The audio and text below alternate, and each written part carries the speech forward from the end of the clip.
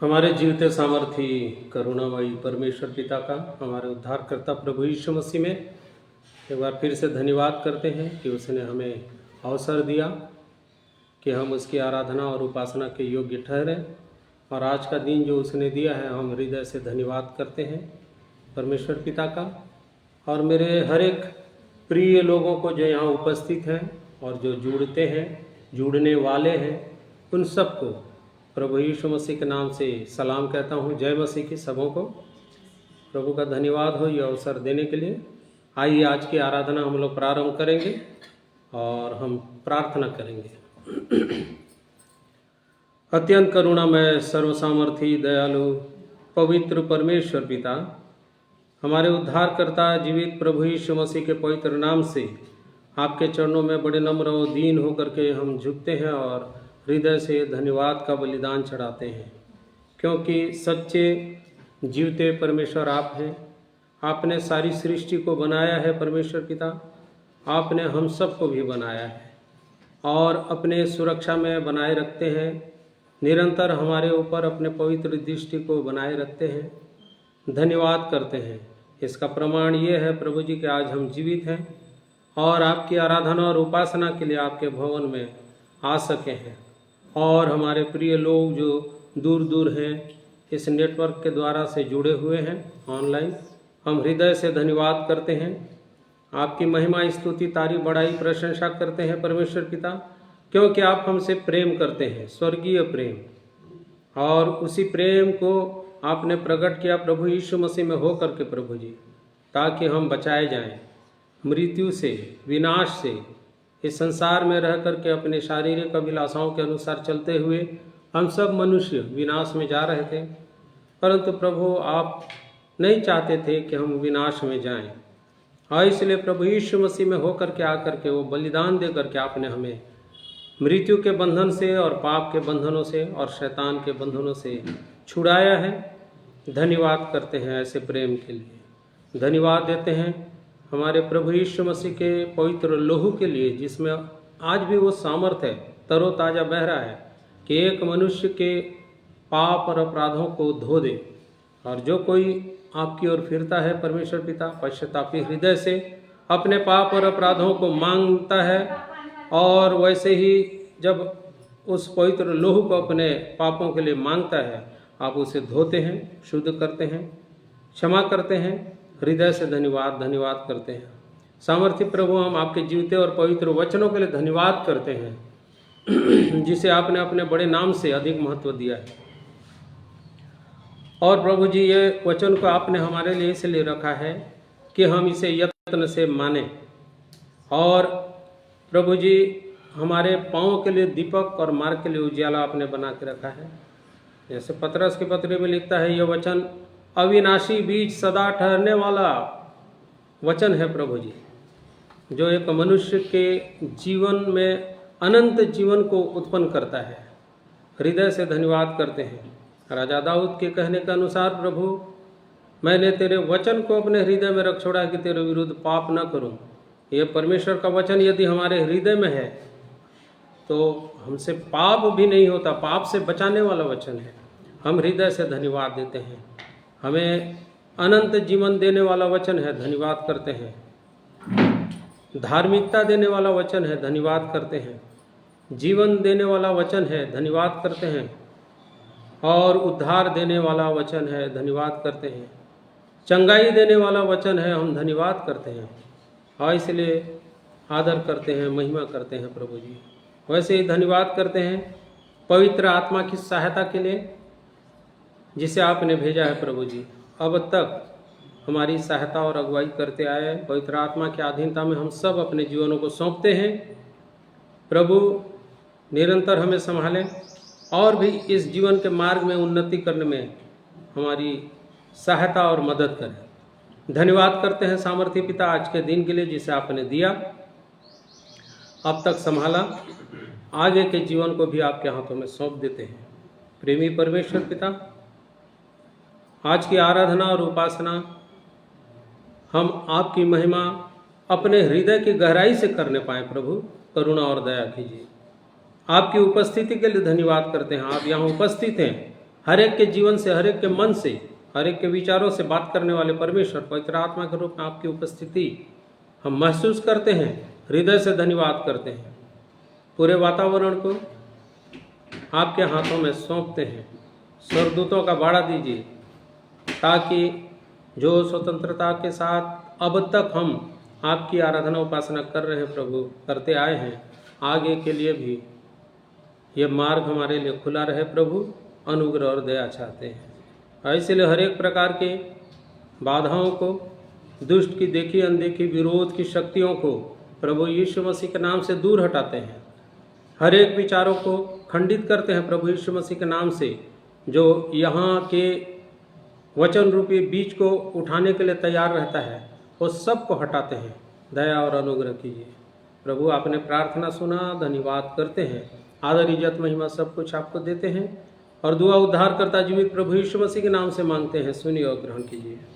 आमीन। आइए हम लोग प्रभु की आराधना और उपासना में जाएंगे। स्तुति के भाग में थोड़ी देर आइए प्रभु के महिमा के लिए कुछ गीतों को गाएंगे।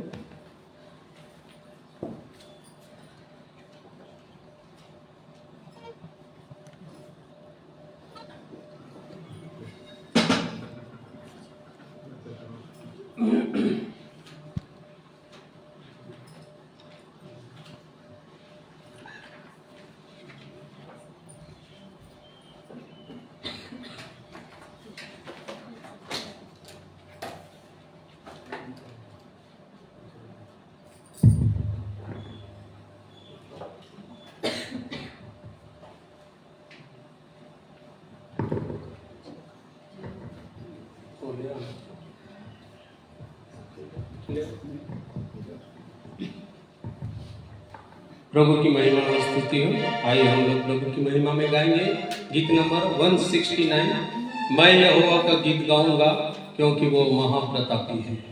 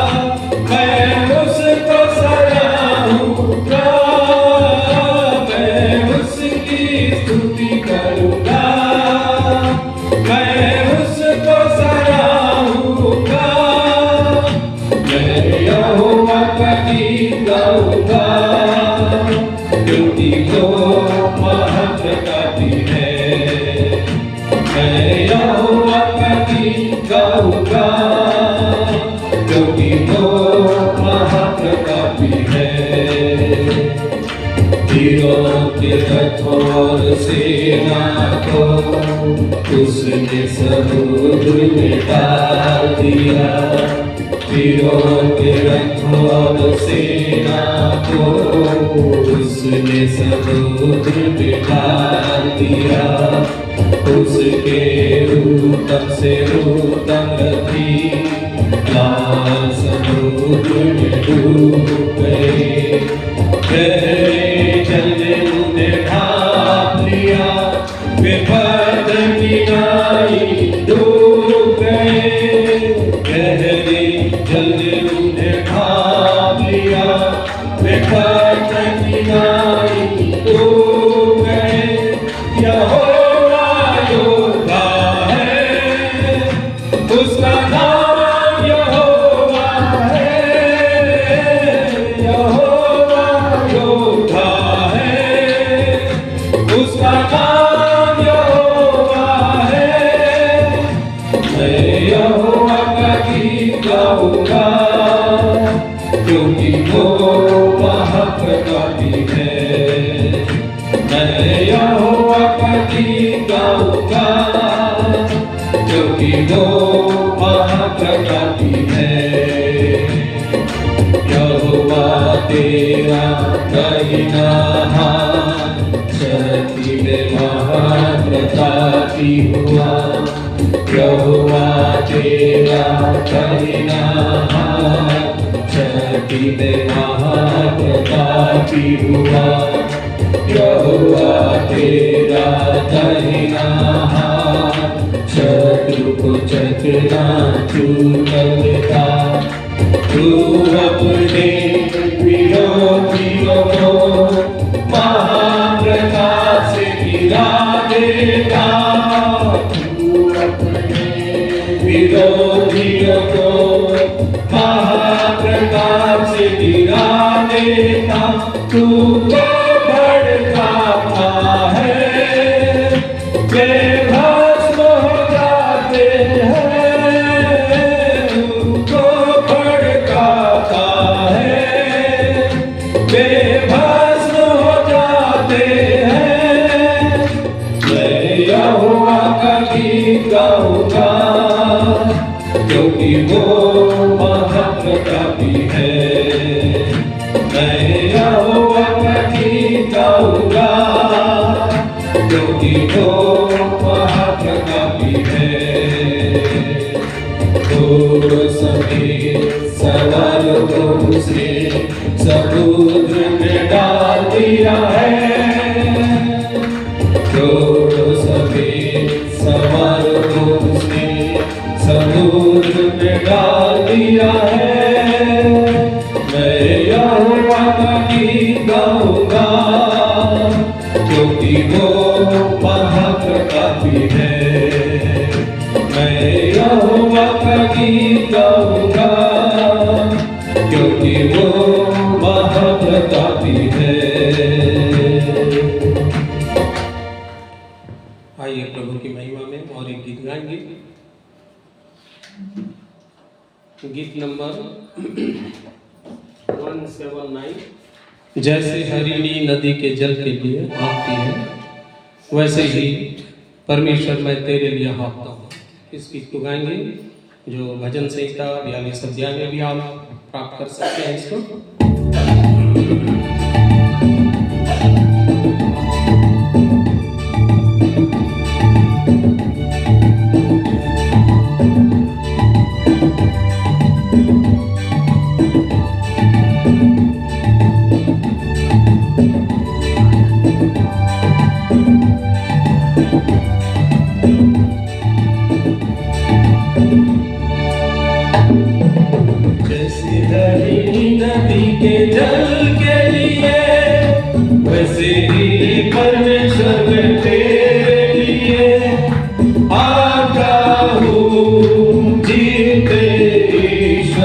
परमेश्वर का प्यासा हूँ, जैसे हरिणी नदी के जल के लिए, वैसे ही परमेश्वर मैं तेरे लिए आता हूँ।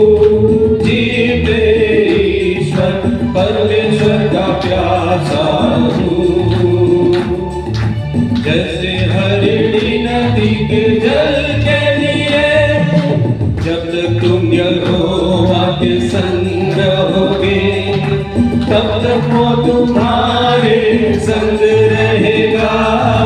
जब तक तुम यहोवा के संग रहोगे, तब तक वो तुम्हारे संग रहेगा। यदि तुम उसकी खोज में रहो, तो वो तुमसे मिला करेगा। यदि तुम उसको त्यागोगे, तो वो भी तुमको त्याग देगा। जैसे हरी नदी के जल के लिए, वैसे ही परमेश्वर में तेरे लिए आ जाओ। जीते ईश्वर परमेश्वर का प्यासा हूँ। जैसे हरी नदी के जल के लिए, इसलिए पहले तुम उसके राज और धर्म की खोज करो। इसलिए पहले तुम उसके राज और धर्म की खोज करो। सब वस्तुएं भी मिल जाएगी, सो कल की चिंता न करो। कल दिन अपनी चिंता आप करेगा। आज के लिए अधिक दुख बहुत है। जैसे हरी नदी के जल के लिए, वैसे ही परमेश्वर में तेरे लिए आ जाओ। जीते ईश्वर परमेश्वर का प्यासा हूँ। जैसे हरी नदी के जल के लिए। प्रभु की महिमा हो, स्तुति हो। आइए वचन के भाग में जाने के पहले एक गीत सुनेंगे प्रभु की महिमा में, भाई अनुपम चार्ल्स की ओर से।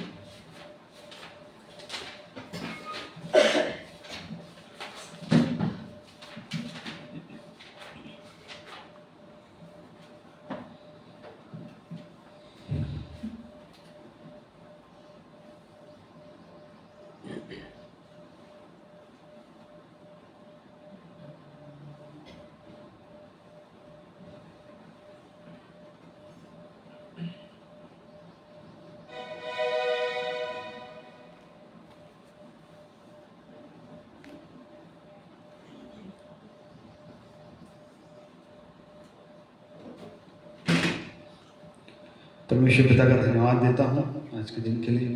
परमेश्वर ने आज के दिन को दिखाया है और अब तक संभाला है और ये अवसर दिया है कि उस महान परमेश्वर की स्तुति आराधना करें।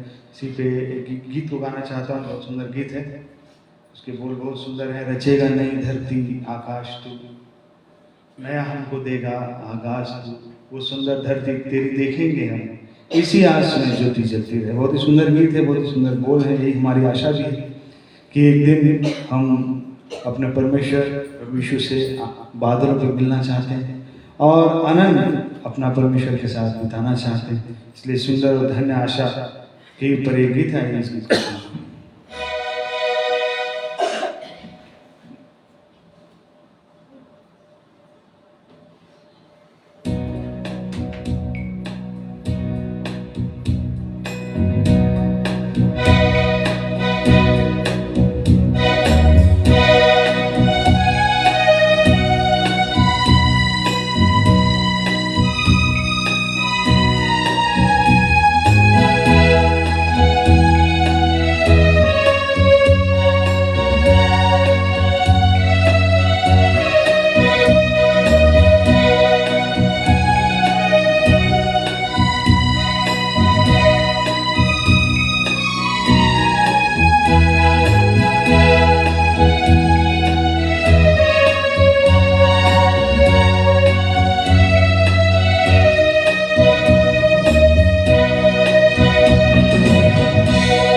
रचेगा नई धरती आकाश तू, नया हमको देगा आगाज तू। वो सुंदर धरती तेरी देखेंगे हम, इसी आस की ज्योति जलती रहे।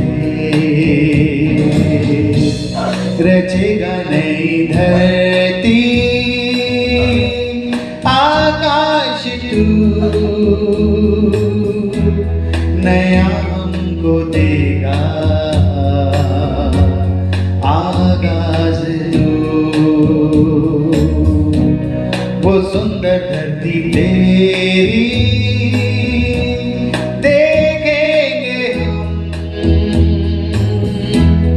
इसी आस की ज्योति जलती रहे। रचेगा नई धरती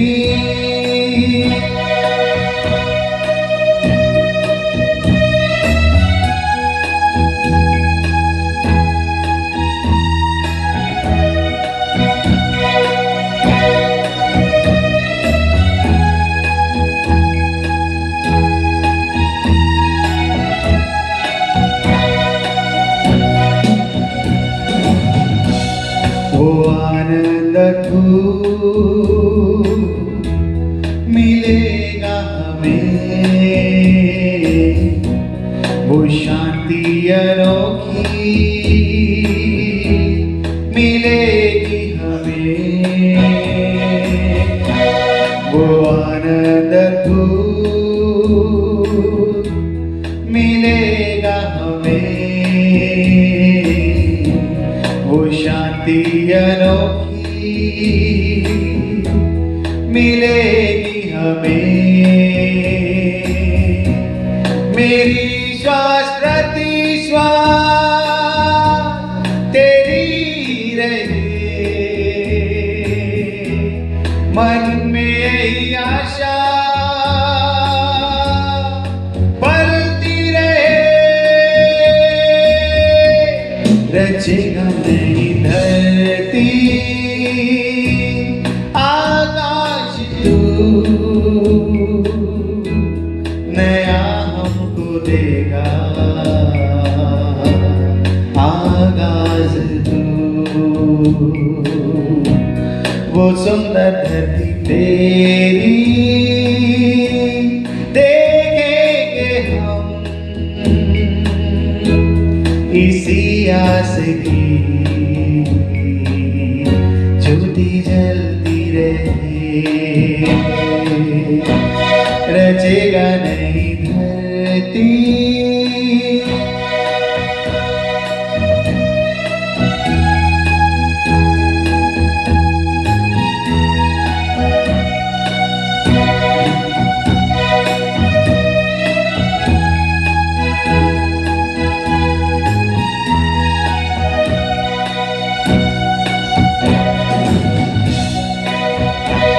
सन्मुख प्रभु को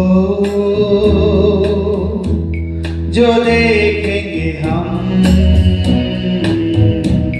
नए आत्मिक वस्त्र पहनेंगे हम। सन्मुख प्रभु को जो देखेंगे हम, नए आत्मिक वस्त्र पहनेंगे हम। अलौकिक सवेरे को जो देखेंगे हम, इसी आस में शाम ढलती रहे। रचेगा नई धरती आकाश तू, नया हमको देगा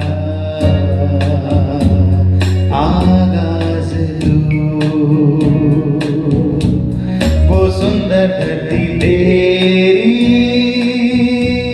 देखेंगे हम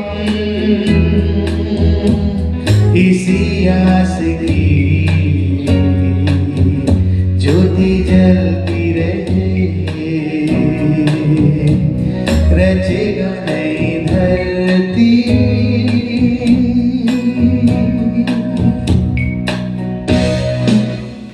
परमेश्वर पिता का धन्यवाद देता हूँ सुंदर धन्य आशा के लिए जो हमारे पास में है।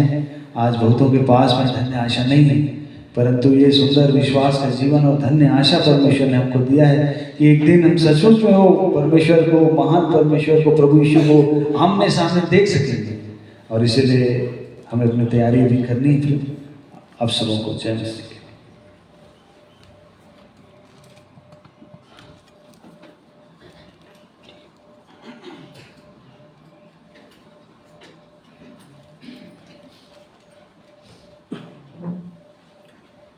बहुत सुंदर परमेश्वर की महिमा की गीत के लिए भाई को धन्यवाद। प्रभु को महिमा मिले सब बातों में। सचमुच में जब हम पढ़ते हैं वचनों में तो वचन में लिखा हुआ है, यदि आप निकालेंगे, कोई पढ़ने में सहायता करेंगे, यदि वचन हिंदी बाइबिल ले करके कविश कोई हिंदी बाइबिल लेकर आके बैठी। यहाँ पर पहला यूहन्ना यदि हम पढ़ते हैं तो यहाँ लिखता है, आप सब निकाल सकते हैं, पहला यूहन्ना की पहली पत्री उसका 3रा अध्याय।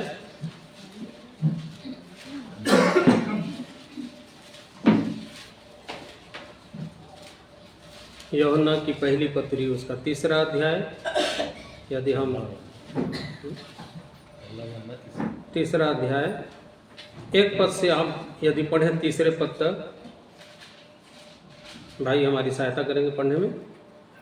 पहला यूहन्ना 3 उसका 1 से 3 पद इस प्रकार लिखा है परमेश्वर के वचन में, देखो पिता ने हमसे कैसा प्रेम किया है कि हम परमेश्वर की संतान कहलाएं, और हम हैं भी। इस कारण संसार हमें नहीं जानता, क्योंकि उसने उसे भी नहीं जाना। हे प्रियो, अब हम परमेश्वर की संतान हैं, और अभी तक यह प्रकट नहीं हुआ कि हम क्या कुछ होंगे। इतना जानते हैं कि जब वह प्रकट होगा तो हम उसके समान होंगे, क्योंकि उसको वैसा ही देखेंगे जैसा वह है। और जो कोई उस पर यह आशा रखता है वह अपने आप को वैसा ही पवित्र करता है जैसा वह पवित्र है। गीत में हम सुन रहे थे, रचेगा नई धरती आकाश, नया हमको देगा आगाज तो। ये सुंदर खेती तेरी, जब धरती रच देगा तो उसमें खेती भी करेगा परमेश्वर। बहुत सुंदर, ये हमारे जीवन में एक आशा है।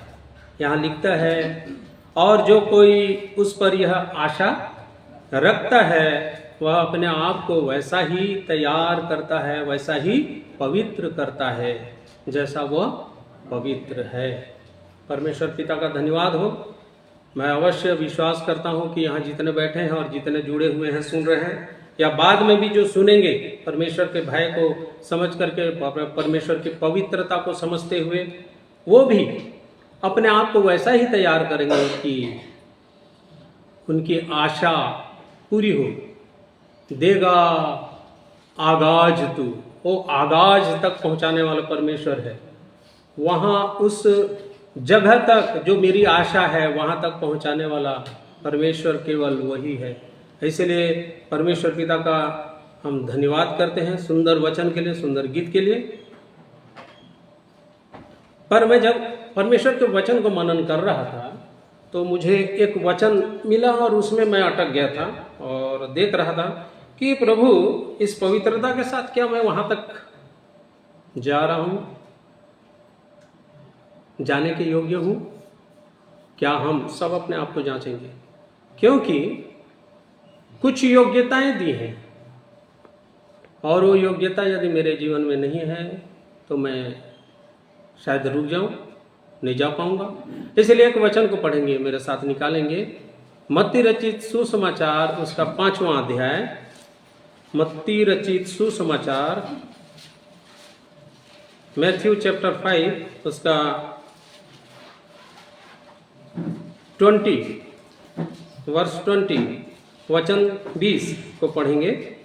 क्योंकि मैं तुमसे कहता हूँ कि यदि तुम्हारी धार्मिकता शास्त्रियों और फरीसियों की धार्मिकता से बढ़कर ना हो तो तुम स्वर्ग के राज्य में कभी प्रवेश करने ना पाओगे। जो नई सृष्टि बन रही है वहां कभी भी नहीं पहुंच पाओगे।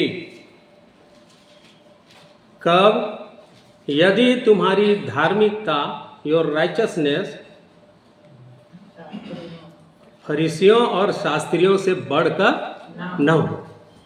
मतलब यहां अटक गया था मैं। ये फरीसियों शास्त्रियों की धार्मिकता से बढ़कर भी था, मतलब धार्मिकता जो है, राइचसनेस जो है, अब दो प्रकार का हो गया। एक तो फरीसियों और शास्त्रियों की धार्मिकता, और एक उससे बढ़कर धार्मिकता। और यदि आज भी मेरे जीवन को मैं जांचूं, आप लोग अपने जीवनों को जांचिए, जो भी है परमेश्वर के वचन से जांचें, क्या मैं शास्त्रियों और फरीसियों के जैसे ही धर्मी हूँ? धार्मिकता है मेरे जीवन में या उससे बढ़कर है? यदि उससे बढ़कर नहीं है तो वो जो आशा है ना, वो पूरा कभी भी नहीं हो सकता। परमेश्वर के वचन में साफ साफ लिखा है। यहाँ फिर से पढ़िए इसको, मत्ती 5:20। क्योंकि मैं तुमसे कहता हूँ कि यदि तुम्हारी धार्मिकता शास्त्रियों और फरीसियों की धार्मिकता से बढ़कर ना हो तो तुम स्वर्ग के राज्य में कभी प्रवेश करने ना पाओगे। जिसके बिना कोई भी परमेश्वर के राज्य में प्रवेश नहीं कर पाएगा। मैं रुक गया था ये वचन पढ़ते समय कि ये धार्मिकता का रूप अलग भी है। एक धार्मिकता है जो शास्त्री और फरीसी लोग जी रहे हैं, उस धार्मिकता से बढ़कर एक धार्मिकता है जिसके विषय में हमको जानकारी होनी चाहिए। यदि वो धार्मिकता मेरे जीवन में और आपके जीवन में नहीं है तो ये बोलने वाला कौन बोल रहा है मालूम है? प्रभु यीशु मसीह का पहाड़ी उपदेश है। देखिए ऊपर में 5 अध्याय के ऊपर में क्या लिखा है? यीशु का स्वयं प्रभु यीशु मसीह बोल रहे हैं, तुम्हारी धार्मिकता यदि फरीसियों और शास्त्रियों से बढ़कर न हो, मतलब वो लोग धर्मी हैं। और यहाँ मैं आपको बता रहा हूँ, यहाँ आज भी ऐसे धार्मिकता देखेंगे आप इस पृथ्वी में। आज भी हम देखेंगे इसी प्रकार की धार्मिकता, और चेक करेंगे क्या मैं इन दोनों धार्मिकता, मतलब एक तो सदुकी फरीसी की धार्मिकता और एक उससे बढ़कर धार्मिकता, तो इन दोनों में से मैं कौन सी धार्मिकता में अभी जी रहा हूँ। यदि सदुकी और फरीसी की धार्मिकता में मैं जी रहा हूँ तो मैं कभी भी स्वर्ग राज्य में प्रवेश नहीं कर पाऊंगा।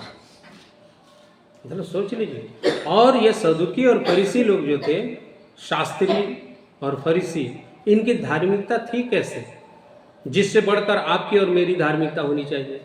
क्योंकि प्रभु यीशु मसीह स्वयं बोल रहे हैं, किसको वचन सुना रहे थे? सबसे पहले चेले भी थे और भीड़ भी थी, जिनसे साक्षात्कार कर रहे थे, साक्षात बात कर रहे थे और उनसे शिक्षा में बता रहे थे कि देखो तुम्हारी धार्मिकता यदि शास्त्रियों और फरीसियों से बढ़कर नहीं है तो परमेश्वर के राज्य में नहीं जाओगे, नहीं जा सकते। तो आज हम इन दोनों प्रकार के धार्मिकता को हम थोड़ा सा देर मनन करेंगे। मैं मनन किया, उसके विषय में मैं आप लोगों के साथ शेयर करना चाहूँगा। तो पहले देखेंगे शास्त्रियों और फरीसियों की धार्मिकता कैसे कैसे थी और कैसा था उनका जीवन, और चेक करेंगे, अपने अपने जीवन को चेक करेंगे। ऐसे ही जीवन मेरा भी तो नहीं है, शास्त्री और फरीसियों के जैसे धार्मिकता मेरी भी तो नहीं है, ये चेक करेंगे।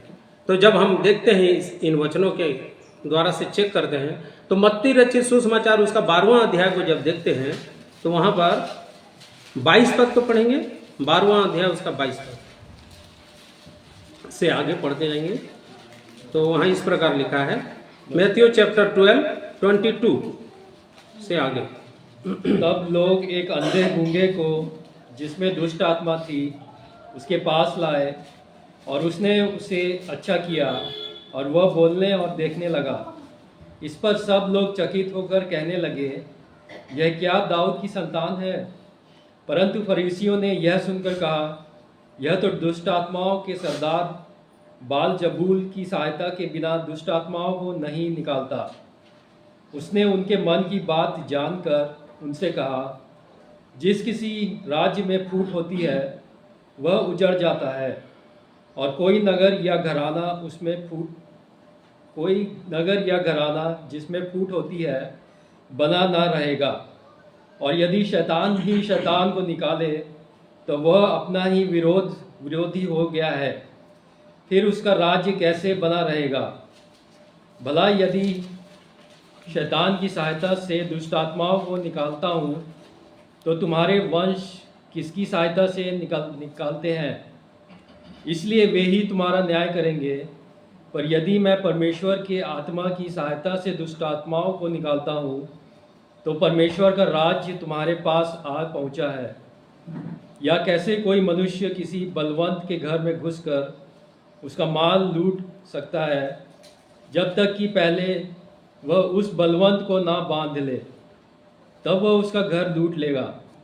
जो मेरे साथ नहीं वह मेरे विरोध में है, और जो मेरे साथ नहीं बटोरता वह बिखेरता है। बस, परमेश्वर का धन्यवाद। इन वचनों के द्वारा से कुछ समझ में आया, और यदि नहीं आया तो परमेश्वर का आत्मा जैसे समझा रहा था मुझको कि देखो यहाँ लिखा है, सबके सामने उसने एक दुष्ट आत्मा से ग्रसित एक व्यक्ति को क्या किया? चंगा किया। ऐसा लिखा है ना। तो जो भीड़ थी वो चकित होकर के कहने, ये दाऊद की संतान में से क्या क्या क्या लिखा है? यह क्या दाऊद की संतान है? मतलब ये दाऊद की संतान से इतना अद्भुत आश्चर्य कर्म हुआ, आश्चर्यचकित हो रहे थे। बट वहीं पर सदुकी और फरीसी लोग भी थे, फरीसी और शास्त्री लोग भी थे। उन्होंने क्या कहा? लिखा है 24 पर, परंतु फरीसियों ने यह सुनकर कहा, यह तो दुष्ट आत्माओं के सरदार बालजबूल की सहायता से दुष्ट आत्माओं को निकाला। मतलब देख लीजिए, क्या ये फरीसी और शास्त्री लोग नहीं जान रहे थे? परमेश्वर के वचन को नहीं पढ़ते थे? जो शिक्षा देते थे उनको जानकारी था कि नहीं कि एक मसीहा आने वाला है जिसके द्वारा से अद्भुत और सामर्थ्य काम होंगे, एक हमारा छुटकारा देने वाला है, एक पूरा अधिकार। परमेश्वर की भविष्यवाणी की किताब में सब बातें प्रकट थी और ये लोग पढ़ते थे और जानते भी थे। परंतु देखिए यहाँ क्या इनकी धार्मिकता क्या है? धार्मिकता एक छोटा और बड़ा का भेद करने में था। ये दाऊद के संतान में से बढ़ई का बेटा इतना बड़ा काम करेगा, ये नहीं हो सकता। ये जरूर हो बाल जबुल नीचे लिखा है स्टार में, क्या? शैतान की सहायता से। देखिए यहाँ कंट्रोल से अपने जीवन में एक अलग से धार्मिकता को जो व्यक्ति बैठा लिए रहता है वो दूसरे के विषय में कैसे विचार करता है। ये शास्त्री और फरीसियों की धार्मिकता थी। समझ में आ रहा है? ऐसा धार्मिकता तो नहीं है मेरे जीवन में। ये भाई और ये बहन, ये इससे क्या हो सकता है, उससे क्या। ऐसा धार्मिकता यदि है तो निकाल दीजिए ऐसे धार्मिकता वाले परमेश्वर।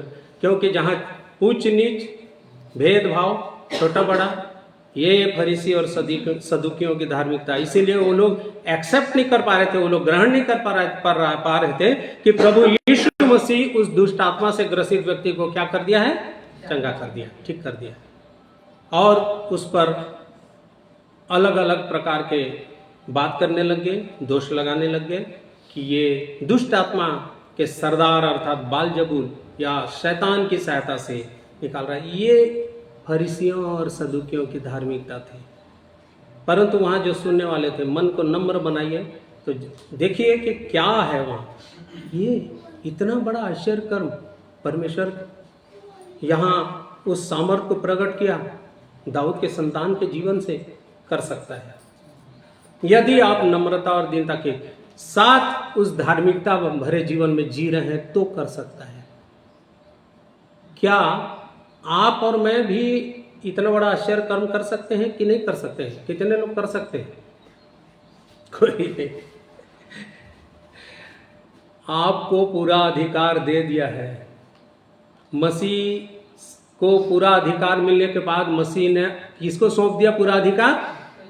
कलीसिया। आप तो अपने आप को कलीसिया में समझ रहे हैं कि नहीं समझ रहे हैं? इतनी तैयारी करिए कि मेरे जीवन में वो अधिकार है, मैं भी कर सकता हूँ। ये खुद में एक कॉन्फिडेंट करिए, एक विश्वास रखिए और अपने आप को वैसे जांचिए, पवित्र कीजिए। क्योंकि फरीसी और शास्त्री लोग नहीं जांचते थे, नहीं करना चाहते थे। जैसे आप लोग शांत हो गए, नहीं चुप हो गए, वैसे उन लोग भी उस सामर्थ के बात को एक्सेप्ट नहीं कर सक रहे थे, इसलिए उनसे कोई आश्चर्य कर्म नहीं होता था। जब पूरी रीति से यूहन्ना और पतरस पूरी रीति से उस धार्मिकता भरे जीवन को जी रहे थे, तो चले गए और मंदिर के सामने जो लंगड़ा बैठा था उसे क्या बोले? सोना और चांदी तो हमारे पास नहीं है, परंतु हम तुझे प्रभु यीशु मसीह के नाम से कहते हैं कि तू उठ खड़ा हो और चल। फिर चले कि नहीं, चला कि नहीं हो? ये सामर्थ आप कलीसिया के लोगों के जीवन में होना चाहिए। और ये सामर्थ की बातें जो लोग पहले से स्वधार्मिकता में जीते हैं उनके जीवन में कभी भी नहीं आती। इसलिए शून्य कर करके उस धार्मिकता के बात को पकड़ लीजिए। ऐसा धार्मिकता जब तक आपके जीवन में और मेरे जीवन में नहीं है, तब तक हम कौन से धार्मिकता में? वचन तो पढ़ रहे हैं सवेरे से, दिन भर हम आराधना कर रहे हैं उसकी, दिन में 7 बेर कर रहे हैं उसकी, प्रार्थना भी बहुत कर रहे हैं, नाम ले लेके करते हैं। ये क्या है? ये क्या है? हाँ, हमारी स्व की धार्मिकता है। हम स्व धार्मिक बने हुए हैं। जैसे समय आया वहां खड़े होकर के यदि आप सचमुच में धार्मिकता के साथ, पवित्रता के साथ जीवन बिता रहे हैं, तो जहां भी खड़े होंगे वहां पर परमेश्वर के सुसमाचार को और परमेश्वर के सामर्थ्य के काम को करने लग जाएंगे। वो धार्मिकता प्रकट हो जाएगी। अरे सही में ये धर्मी व्यक्ति है। यूहन्ना और पतरस थे कि नहीं थे? परमेश्वर सहायता करे। तो यहां पर लिखा है कि उनका विश्वास, सब कुछ जानते हुए भी उनका विश्वास की कमजोरी, क्योंकि पहले से एक स्व की धार्मिकता को अपने जीवन में बना करके बैठे हैं, और इसलिए वो सामर्थ्य के काम को ग्रहण नहीं कर पा रहे थे कि वो एक बढ़ई के पुत्र या ये यीशु के द्वारा से हो गया। क्योंकि उसको बाइबल में सब पढ़ते थे कि एक मसीहा आने वाला है, ऐसे ऐसे आश्चर्य कम करेगा, तो सब देख रहे हैं, तब भी उसको मसीहा मानने के लिए आज कई जन अपनी धार्मिकता में बैठे हुए हैं, इसलिए मसीहा उनके जीवन में बढ़ नहीं रहा है। अपने धार्मिकता में मत रहिए। छोटा सा एक उदाहरण मैं दूंगा। एक सुंदर उदाहरण है, जैसे एक छोटा सा बालक एक भरोसा रखता है अपने माता पिता के ऊपर, रखता है कि नहीं रखता है? यदि पिता और माता उसके साथ है तो छोटा बालक किसी भी चीज से नहीं, चाहे उसके सामने किसी भी प्रकार का विपत्ति आ जाए, विरोध आ जाए या शेर भी आ जाए, तो डरेगा नहीं। क्यों नहीं डरेगा? क्योंकि उसका पूरा विश्वास, उसके मन में वो अद्भुत विश्वास है अपने माता पिता के ऊपर, और इसलिए वो कभी भी डरता नहीं है। इसलिए आपको और मुझको बाइबल में लिखा हुआ है किसके समान बनने के लिए बोलता है? एक वचन पढ़िए,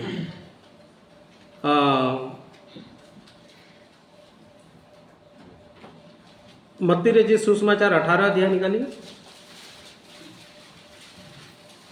1 पद से 5 पद तक पढ़ेंगे।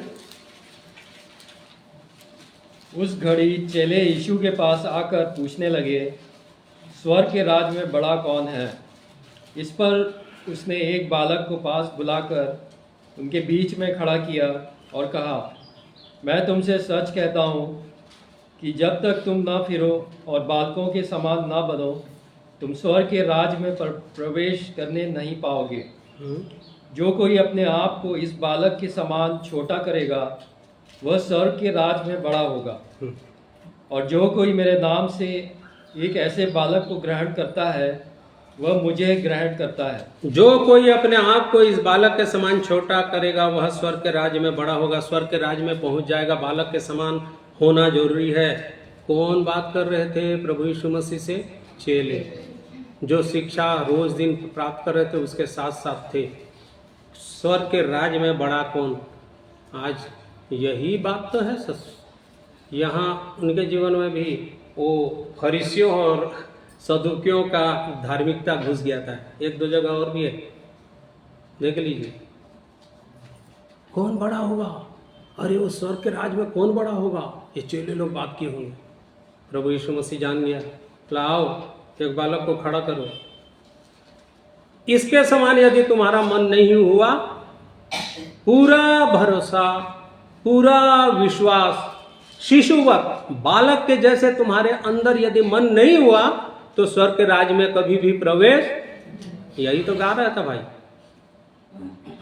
रचेगा नहीं धरती, वहां जाने के लिए हम तैयारी तो कर रहे हैं, लेकिन उस स्वर्ग राज में ये धार्मिकता नहीं होने के कारण चेले भी ये प्रश्न में आ गए थे। क्यों ऐसे आ जाते हैं? क्योंकि सचमुच में बहुत सारे शास्त्रीय और फरीसी वाला जीवन बहुत लोग जी रहे हैं आसपास में, इसलिए कुछ कुछ प्रभाव हमारे जीवनों में भी पड़ जाता है। देखिएगा, ध्यान दीजिएगा। बोला ये बालक जैसे मन, बालक जैसे कैसे रहता है बालक का हृदय?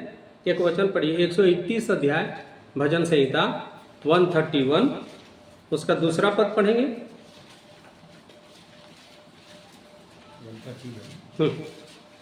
भजन संहिता 131 उसका 1। हे यहोवा, हे यहोवा, ना तो मेरा मन गर्व से और ना मेरी दृष्टि घमंड से भरी है, और जो बातें बड़ी और मेरे लिए अधिक कठिन हैं उनसे मैं काम नहीं रखता। निश्चय मैंने अपने मन को शांत और चुप कर दिया है। जैसा दूध छुड़ाया हुआ लड़का अपनी माँ की गोद में रहता है, वैसे ही दूध छुड़ाए हुए लड़के के समान मेरा मन भी रहता है। मेरा मन कैसे होना चाहिए? दूध छुड़ाए हुए बालक के समान। दूध छुड़ाए हुए अर्थात पूरी रीति से तृप्त।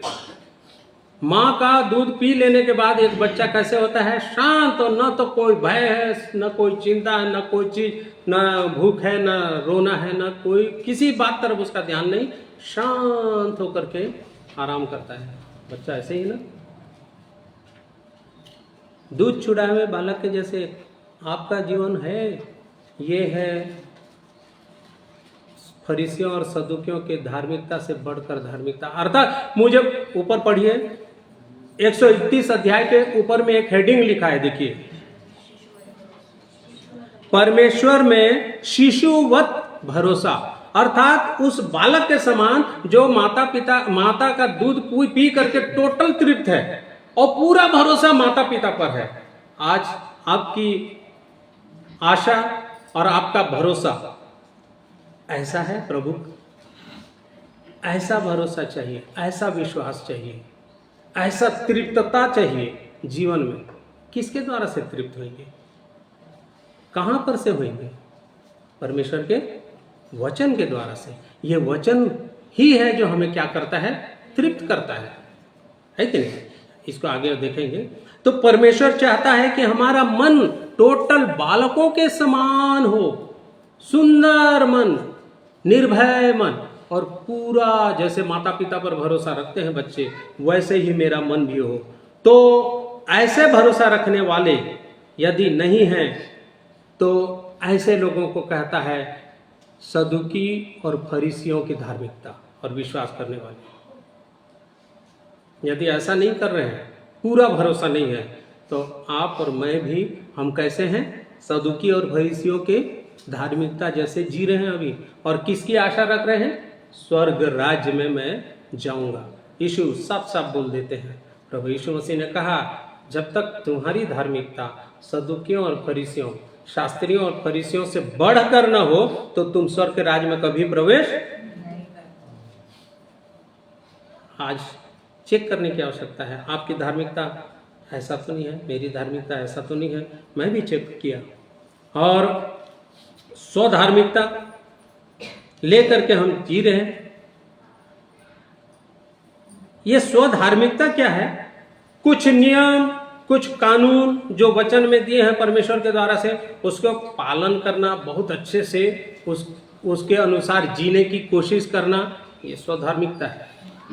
परंतु आत्मा की अगुवाई को प्राप्त करके पूरा भरोसा के साथ नहीं जीना, ये सदुकी और फरीसी शास्त्री और फरीसी लोगों का जीवन था, जिसकी वजह से वो कैसे महत्व देते, क्या क्या बातों को महत्व देते थे, इसको देखिए। मत्ती रचित सुसमाचार 15 अध्याय निकालिए, 15 अध्याय उसका पहला पद पढ़िए। मत्ती 15:1। एक से आगे पढ़ते जाइए। तब यरूशलेम से कुछ फरीसी और शास्त्री यीशु के पास आकर कहने लगे, तेरे चेले पूर्वजों की परंपराओं को क्यों टालते हैं कि बिना हाथ धोए रोटी खाते हैं? उसने उनको उत्तर दिया, तुम भी अपनी परंपराओं के कारण क्यों परमेश्वर की आज्ञा टालते हो? क्योंकि परमेश्वर ने कहा है, अपने पिता और अपनी माता का आदर करना, और जो कोई पिता या माता को बुरा कहे वह मार डाला जाए। पर तुम कहते हो कि यदि कोई अपने पिता या माता से कहे, जो कुछ तुझे मुझसे लाभ पहुंच सकता था वह परमेश्वर को भेंट चढ़ाया जा चुका, तो वह अपने पिता का आदर ना करे। इस प्रकार तुमने अपनी परंपरा के कारण परमेश्वर का वचन टाल दिया। हे कपटियों, यशायाह ने तुम्हारे विषय में ये भविष्यवाणी ठीक ही की है। ये लोग होठों से तो मेरा आदर करते हैं, पर उनका मन मुझसे दूर रहता है, और वे व्यर्थ मेरी उपासना करते हैं, क्योंकि मनुष्यों की विधियों और धर्मोपदेश के करके सिखाते हैं। हाँ, क्योंकि मनुष्यों की विधियों को धर्मोपदेश करके सिखाते हैं। देखिए, यशायाह पहले से भविष्यवाणी ऐसे लोगों के लिए कर चुके हैं। यशायाह भविष्यवक्ता ने सब पहले से 29 अध्याय यदि देखेंगे, 29 अध्याय के 13 पद में लिखा हुआ है, यशायाह 29 अध्याय उसका 13 पद में लिखा है कि ये लोग होठों से तो मेरा आदर करते हैं, पर उनका मन मुझसे, ये सदुकी और फरीसी, शास्त्री और फरीसी लोगों का जीवन।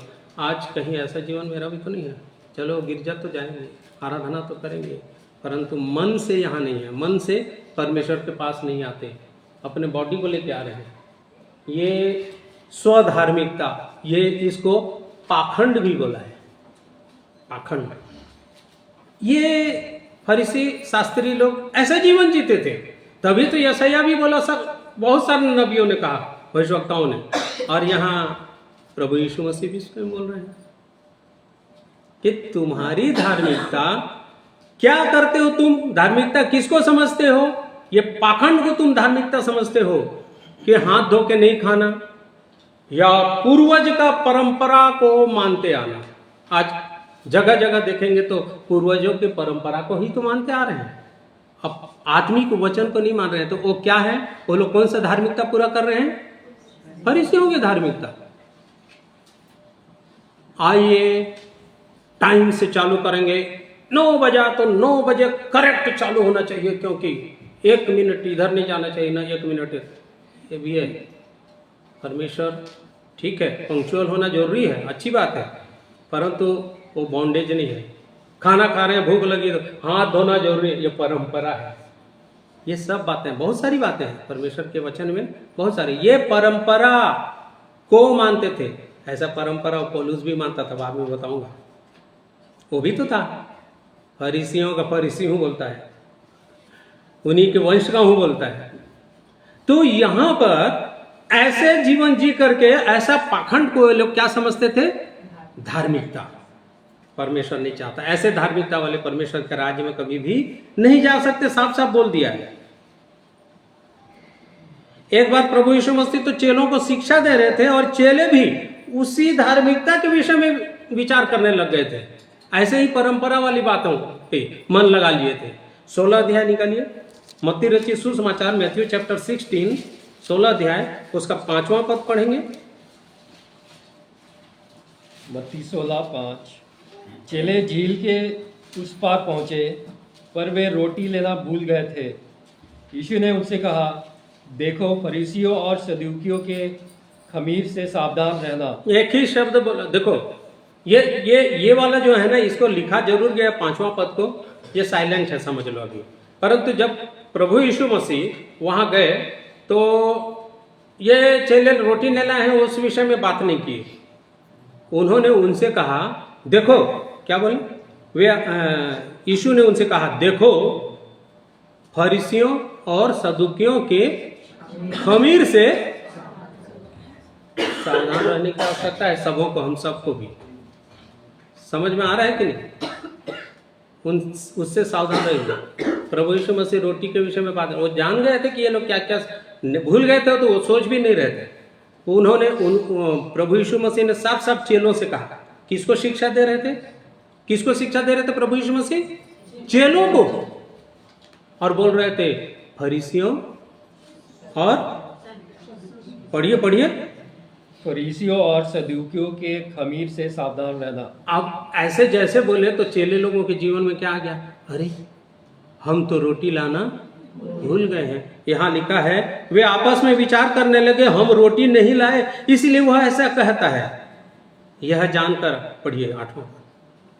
यह जानकर यीशु ने उनसे कहा, हे अल्पविश्वासियों, तुम आपस में क्यों विचार करते हो कि हमारे पास रोटी नहीं है। बस, हे अल्प, इनके मन में कौन सा विचार आ गया? कौन सी धारणा आ गई? फरीसी और सदूकियों के जैसे विचार आए। और इनको क्या घोषित कर दिया प्रभु यीशु मसीह? अल्पविश्वासी। अब आप सोच के देखिए कि वो फरीसी और सदूकी लोग कैसे हैं? प्रभु यीशु मसीह के शब्दों के अनुसार कैसे लोग हैं? ऐसे अल्पविश्वासी बोलेगा कि पानी एक साइड 2 भाग हो जाओगे, होगा? मैं स्वर्ग चले जाऊंगा, होगा? कभी नहीं हो सकता। ऐसे थे ये चेले, भी वैसे हो गए थे उस समय, सुन रहे थे। अरे उसने तो रोटी के विषय में कहा, तो उनसे सीधे सीधे प्रभु यीशु मसीह ने कहा, हे अल्पविश्वासी। और 1-2 जगह भी है जब नाव में जा रहे थे तब। यहाँ ऐसी वाली धार्मिकता प्रभु बिल्कुल नहीं पसंद करता। और ऐसी धार्मिकता जी करके, ऐसी बातों को अपने जीवन में बैठा करके आप कभी भी स्वर्ग राज में नहीं जा सकते। इस धार्मिकता से उठ करके पूरा विश्वास, नहीं तो कभी नहीं जा सकते। फिर देखिए उसमें लिखा है 12 पद को पढ़िए इसी का। तब उनकी समझ में आया कि उसने रोटी के खमीर से नहीं, पर फरीसियों और सदूकियों की शिक्षा से सावधान रहने को कहा था। हाँ, उनके समझ में आ गया, जब चेलों के समझ में ये बात आ गई कि वो रोटी के विषय में नहीं बोल रहा है, परंतु ये फरीसी शास्त्रियों के शिक्षा के विषय में कह रहा है। आज बहुत सारे लोग ऐसे फरीसी और शास्त्री की शिक्षाओं पर मन लगा रहे हैं, ध्यान देते हैं। ध्यान दीजिएगा, शिक्षा यदि वैसी पाएंगे, वैसी करेंगे, वैसी चलने लग जाएंगे, तो वो लोग कैसे चल रहे हैं? परंपराओं के अनुसार।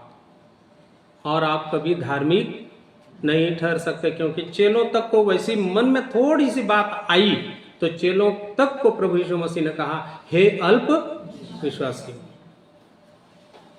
यदि अल्प विश्वासी होकर के हम जाना चाहते हैं, जिसका पूरा भरोसा नहीं है परमेश्वर पर, परमेश्वर के सामर्थ्य पर, प्रभु यीशु मसीह पर, वो अल्प विश्वासी कहलाएगा। और उसकी धार्मिकता बढ़कर धार्मिकता नहीं होगी। सदूकी और फरीसियों की धार्मिकता जैसे मत जिए। क्यों ऐसा था इनका जीवन? इसलिए इनके जीवन में ऐसा था क्योंकि परमेश्वर के वचनों का प्रकाश इनके अंदर नहीं आया, प्रकाशित नहीं किया था परमेश्वर ने। क्योंकि अपने परंपरा और अपने इसको ज्यादा महत्व, आज भी यदि आप अपने जीवन में इन्हीं बातों को ही ज्यादा महत्व देंगे। एक चीज होता है, सवेरे से मेरे को ये करना है, ये करना, पहले से ठान लेओगे तो वही में मन जाते रहेगा। आप कुछ मत करो, कुछ मत ठानो, कल सवेरे से मेरे को क्या करना है। परमेश्वर की अगुवाई को मांगो कि कल सवेरे से मुझको क्या क्या करना है। इसको परमेश्वर जब अगुवाई करेगा वो आपकी धार्मिकता होगी। परंतु जब ठान ली होगी मुझको सवेरे उठना है, मेरे को सवेरे बिस्तर लपेटना है, मेरे को सवेरे से चाय बनाना है, मेरे को सवेरे, ये ठान लेना, और ये अपनी धार्मिकता को पहले से क्यों तैयारी कर लियो, टाइम टेबल बना लियो। मत करिए, परमेश्वर से अगुवाई मांगिए ना। परमेश्वर क्या अगुवाई देना चाहता है? नहीं करते हैं, बहुत लोग नहीं करते हैं। इसीलिए अपने स्व धार्मिकता दिनचर्या में ऐसे करते हैं, तो धार्मिकता की बात पे कैसे करते होंगे, सोच के देख लो।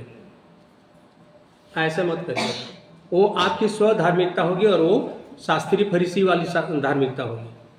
आप परमेश्वर पर पूरा भरोसा रखिए कि कल का जीवन मेरा प्रभु आपके हाथ में है। आप कैसे चलाना चाहते हो, सवेरे मेरी आंख खोलेगी तब से लेकर के आप अगुवाई करना, वो करेगा।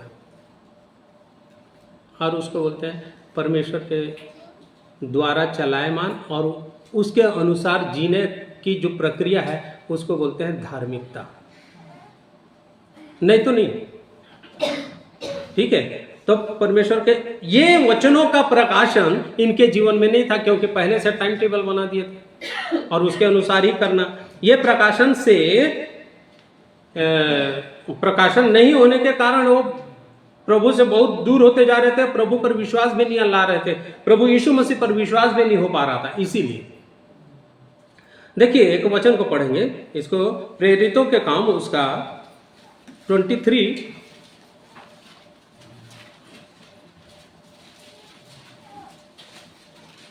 छठवां पद पढ़ेंगे। एक्ट 23 चैप्टर 23 वर्स 6 to 9 पढ़ेंगे। पौलुस ने महासभा की ओर टकटकी लगाकर देखा और कहा, हे भाइयों, मैंने आज तक परमेश्वर के लिए 23:6। तब पौलुस ने यह जानकर कि एक दल सदूकियों और दूसरा फरीसियों का है, सभा में पुकार कर कहा, हे भाइयों, मैं फरीसी और फरीसियों के वंश का हूँ। मरे हुओं की आशा और पुनरुत्थान के विषय में मेरा मुकदमा हो रहा है। जब उसने यह बात कही तो फरीसियों और सदूकियों में झगड़ा होने लगा और सभा में फूट पड़ गई, क्योंकि सदूकी तो यह कहते हैं कि ना पुनरुत्थान है, न स्वर्गदूत और न आत्मा है, परंतु फरीसी इन सब को मानते हैं। जो यहाँ पर कुछ दो भाग हो गया। इसने कहा, क्या कहा कि मैं फरीसियों के वंश का हूं। तो ये कैसे चलता था, ये कैसे मानता था? वैसे ही फरीसियों की शिक्षाओं पे चलता था और फरीसियों की शिक्षाओं के अनुसार ही मानता था। ये लिखा हुआ है बाइबल में। जब वो अपनी गवाही देने लगा, एक वचन निकालिए, गलातियों उसका 1 अध्याय, गलातियों की पत्री 1 अध्याय। यहाँ पर उसके जीवन में देखिए कैसे था। यहाँ प्रकाशन आ गया और इनके सामने गवाही दे रहा। उसके पहले कैसे जीवन था? 1 अध्याय का 14 पद पढ़िए, गलातियों, गैलेशियंस चैप्टर 1:14। अपने बहुत से जाति वालों से जो मेरी अवस्था के थे, यहूदी मत में अधिक बढ़ता जाता था और अपने बाप दादाओं की परंपराओं के लिए बहुत ही उत्साहित था। ये पौलुस कह रहा है, मैं अपने बाप दादाओं की परंपरा के लिए बहुत ही उत्साहित था, अर्थात वैसे ही सदूकी फरीसी वाला जीवन मैं भी जीता था। परंतु उस परमेश्वर का अनुग्रह मुझ पर हुआ। आपके जीवन में हुआ कि नहीं हुआ? आज प्रकाशन आया कि नहीं आया? मैं भी परंपरा में जी रहा था, ये पौलुस कह रहा है। परंतु यहां उसके बाद आप देखिए 2 अध्याय का 14 पद पढ़िए। पर जब मैंने देखा कि वे सुसमाचार की सच्चाई पर सीधी चाल नहीं चलते, तो मैंने सबके सामने कैफा से कहा, जब तू यहूदी होकर अन्य जातियों के समान चलता है और यहूदियों के समान नहीं, तो तू अन्य जातियों को यहूदियों के समान चलने को क्यों कहता है? यहां पर उसके जीवन में प्रकाशन आ गया और चेले को ही, जो कौन था, कैफा कौन था? पतरस का सामना किया। प्रकाशन कब आया? देखे पहले कैसे जीता था पौलुस? शास्त्रीय और फरीसियों की शिक्षा परंपरा के अनुसार ही वो भी चलता था। इस पंथ वाले को जो पूरी रीति से प्रकाशन में आ गए थे, उनको क्या करता था? सताता था। जैसे प्रकाशन आ गया, प्रकाशन कब आया? 2 अध्याय का 1 पद पढ़िए, देखिए क्या लिखा है 2 पद में। 14 वर्ष के बाद मैं बरनबास के साथ फिर यरूशलेम को गया और तीतुस को भी साथ ले गया। मेरा जाना ईश्वरीय प्रकाशन के अनुसार हुआ, और जो सुसमाचार मैं अन्य जातियों में प्रचार करता हूँ, उसको मैंने उन्हें बता दिया। देखिए, ये प्रकाशन आने के बाद सुसमाचार को प्रचार करने लगा और बता दिया, और यहां पर प्रचार करते करते जो लोग खुद इस प्रकाशन में चल रहे थे उनकी गलतियों को सीधे सीधे क्या कर दिया, प्रकाशित कर दिया। बोला देखो भाई, पहले तो तुम ऐसे नहीं करते थे, ऐसे करने लग गए। पतरस को सीधा सामना किया। तो ये प्रकाशन फरीसियों और सदुकियों के जीवन में नहीं था, ये अपने धार्मिकता से जी रहे थे जिसके कारण, और इसीलिए इस धार्मिकता से बढ़कर धार्मिकता जैसे पौलुस के जीवन में आया, तब वो मसीह का क्या बन गया, सुसमाचार प्रचारक और प्रेरित बन गया। आपके और मेरे जीवन में भी ऐसा है कि नहीं है? मुझको चेक करने की आवश्यकता है, नहीं तो फिर हम वहीं के वहीं रह जाएंगे। सही है कि नहीं? एक वचन और पढ़िए, उसमें देखिए दूसरा अध्याय फिलिपियों की पत्री, उसका दूसरा अध्याय, तीसरा अध्याय, उसका 2 पद को क्या लिखा है? और वो सावधान करने लगा, पौलुस और लोगों को और चेलों को और जो सुसमाचार जहां जहां प्रचार कर रहा था उनको सावधान करने लग गया। देखिए क्या लिखा है, कुत्तों से चौकस रहो, उन बुरे काम करने वालों से चौकस रहो, उन काट कूट करने वालों से चौकस रहो। बस वो सावधान किया। देखो अब तुम वैसे वाला जीवन मत जियो, लेकिन ऐसे जीने वालों से क्या रहो, चौकस रहो। साफ साफ बोलता है, कुत्तों से चौकस रहो। ये पौलुस का जीवन। आज हमको भी चौकसी करनी है। किसकी सुन रहे हैं, किसके अनुसार जीवन जी रहे हैं? अपनी स्वधार्मिकता तो नहीं है, और जो लोग स्वधार्मिकता के साथ जीवन बिता रहे हैं, अपनी अपनी धार्मिकता स्थापित करके चल रहे हैं, उनके जैसे या उनके पीछे या उनकी ज्यादा सुन तो नहीं रहे कुछ बातों को। पौलुस बोल रहा है ऐसे कुत्तों से क्या रहो, सावधान, नहीं तो कभी भी परमेश्वर के राज्य में प्रवेश नहीं करने पाओगे। जब तक तुम्हारी धार्मिकता इनसे बढ़कर न हो, बढ़कर धार्मिकता चाहिए, परमेश्वर यही चाहता है। और फरीसियों की और एक धार्मिकता देखिए क्या लिखता है, एक वचन पढ़िए उसको, लूका रचित सुसमाचार 19 अध्याय। 2 जन प्रार्थना करने के लिए गए, लिखा है ना कहीं, बताइए, पढ़िए चलिए। लूका रचित सुसमाचार 18 अध्याय 9 पद। उसने उनसे जो अपने ऊपर भरोसा रखते थे कि हम धर्मी हैं और दूसरों को तुच्छ जानते थे, यह दृष्टांत कहा। 2 मनुष्य मंदिर में प्रार्थना करने के लिए गए, एक फरीसी था और दूसरा चुंगी लेने वाला।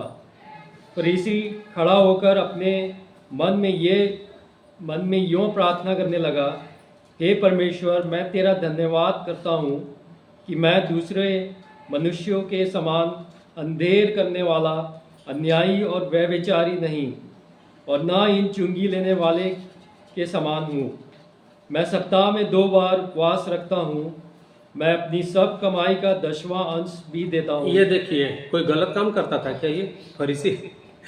यहाँ पर कितना सुंदर सुंदर बात लिखा हुआ है। ये फरीसी क्या लिखा है, मैं अंधेर करने वाला नहीं हूँ, अन्यायी और व्यभिचारी नहीं, और न इस चुंगी लेने वाले के समान हूँ। गलत बात तो नहीं बोल रहा था। मैं तेरा धन्यवाद करता हूँ, मैं दूसरों के समान। ये काम कर करके कहीं हम अपने आप को धर्मी समझ तो नहीं रहे हैं, बहुत धार्मिकता का जीवन तो नहीं दिखा रहे हैं, सिर्फ इतना ही करके। प्रभु यीशु मसीह ने क्या कहा, आगे पढ़िए उसको, क्या लिखा, 12 पद को पढ़िए। मैं सप्ताह में 2 बार उपवास रखता हूँ। 2 बार उपवास भी रखता है और लोगों के लिए प्रार्थना भी करता है, ये धार्मिकता। फिर मैं अपनी सब कमाई का 10वां अंश भी देता हूँ। परंतु चुंगी लेने वाले ने दूर खड़े होकर स्वर्ग की ओर आंखें उठाना भी ना चाहा, वरन अपनी छाती पीट पीट कर कहा, हे परमेश्वर, मुझ पापी पर दया कर। बस इतना ही उसने कहा। किसकी प्रार्थना सुनी गई? चुंगी लेने वाले की, क्योंकि उसने अपने मन को टोटल किसके समान कर दिया? बालक के समान। प्रभु तू ही मेरा भरोसा, तू ही मेरी आशा, मैं और कहाँ जाऊं। प्रभु मेरे पापों को क्या कर दे, क्षमा कर दे, धो दे। किसकी प्रार्थना सुना पर प्रभु ने? चुंगी लेना। वो पहले जो बहुत उपवास करता था, जो अपनी धार्मिकता के अनुसार एक एक काम को करता हूं मैं करके गिना रहा था, क्या उसका सुना? नहीं। आज कहीं ऐसा जीवन तो नहीं है। फिर बोलेंगे बढ़िया जीवन तो जी रहा था, फरीसी शास्त्री क्या गलत जी रहा था वो? मैं उपवास करता हूँ, आप लोग कई लोग उपवास करते होंगे, मैं प्रार्थना करता हूँ, सब लोगों के लिए नाम लेकर प्रार्थना भी करते होंगे, परंतु मन जो है ना, हृदय जो है, उस पर पूरा विश्वास के साथ नहीं है। और आज भी मैं अपनी स्वधार्मिकता को अपनी धार्मिकता समझ करके स्वर्ग जाने के लिए रास्ता देख रहा हूँ। आशा मत कीजिएगा। प्रभु यीशु मसीह ने मुंह से साफ साफ बोल दिया कि तुम्हारी ये आशा धरी की धरी रह जाएगी। तुम कभी भी इस धार्मिकता से बढ़कर जो धार्मिकता है अगर नहीं जिए तो तुम कभी भी फरीसियों और शास्त्रियों के धार्मिकता के अनुसार स्वर्ग राज्य में प्रवेश नहीं कर पाओगे। आज बहुत सारे लोग यही जीवन जी रहे हैं। इसलिए ये छोटी सी कलीसिया प्रभु ने बुला करके चुन करके रखा है। गलत मार्ग में नहीं जाना है हम सबको। प्रभु हम सबकी सहायता करे। रोमियो की पत्री उसका 3रा अध्याय यदि हम 20 पद में पढ़ें तो वहाँ बहुत सुंदर बात को लिखा है। 3रा अध्याय रोमियो की पत्री उसका 20वां पद को यदि हम पढ़ें तो वहाँ लिखा है कि ये जो धार्मिकता के बहुत सारे नियम कानून थे, ये व्यवस्था में लिखे हुए हैं जिसको मानना और मानने के लिए सिखाना, परंतु स्वयं को प्रभु के भय में रख करके पूरा विश्वास के साथ सिखाना।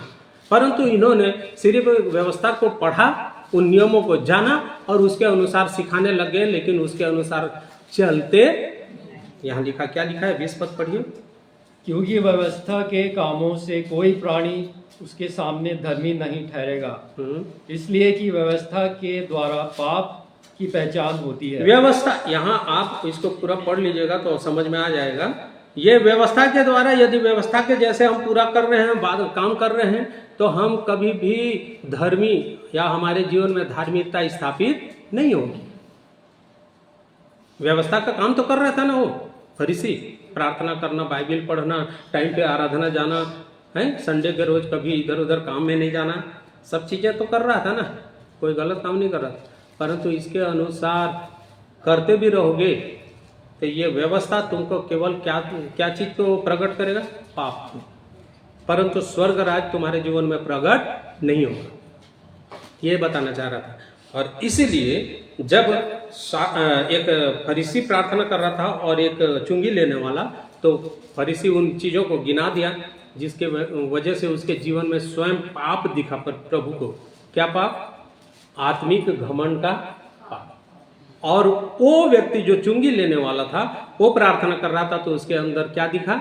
नम्रता, दीनता, और ये सब बातें परमेश्वर को भाता है। वही उसी का प्रार्थना सुना गया। कितना सुंदर प्रभु ने सिखाया। और ये फरीसियों और शास्त्रियों के जीवन के विषय में आप घर में पढ़िए, टाइम ज़्यादा हो जाएगा। 23 मैथ्यू 23 मत्ती रचित सुसमाचार उसका 23 अध्याय, उसमें से 1-2 वचनों को हम लोग जल्दी जल्दी देखेंगे। 23 अध्याय,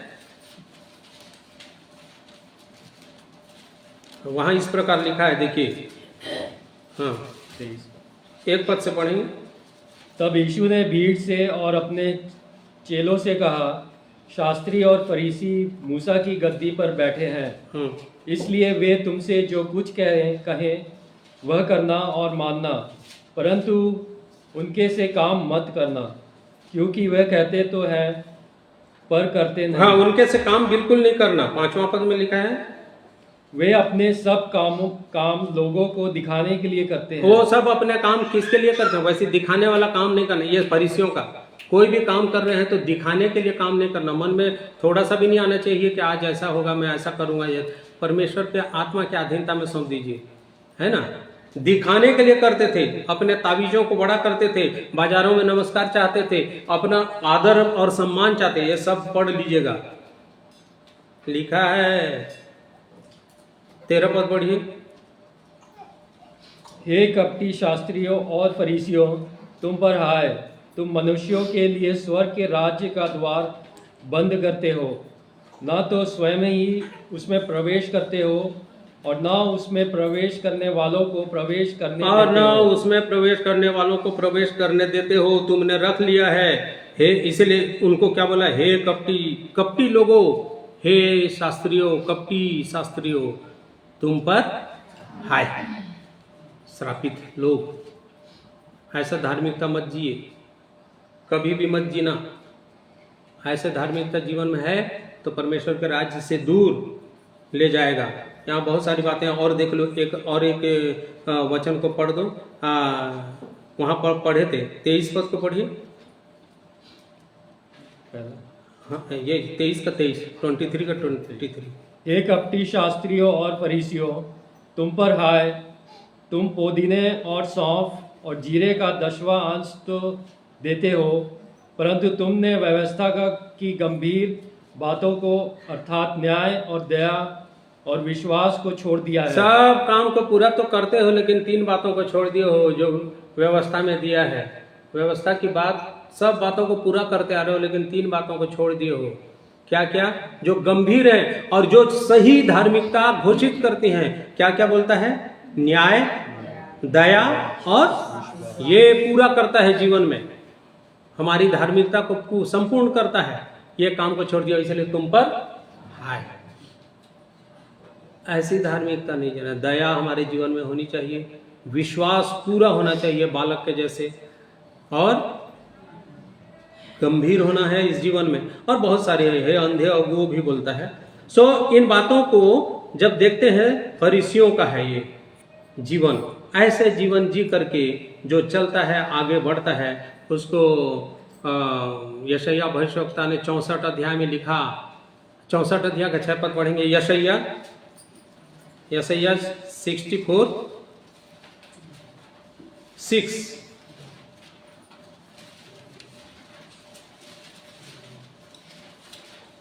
हम तो सब के सब अशुद्ध मनुष्य के से हैं, और हमारे धर्म के काम सब के सब मैले चिथड़ों के समान हैं। हम सब के सब पत्ते के समान मुरझा जाते हैं, और हमारे अधर्म के कामों ने हमें वायु के समान उड़ा दिया है। ये अधर्म के काम है, जिसको धर्म के काम कह रहे हैं फरीसी और शास्त्री लोग, वो मैले चिथड़ों के समान। हमारे धर्म के काम तो मैले चिथड़ों के समान है। ये मैले चिथड़े ही हैं। इसीलिए व्यवस्था के अनुसार जो बातें बहुत सारी दी हैं, कुछ को मान लेना, कुछ को नहीं मानना।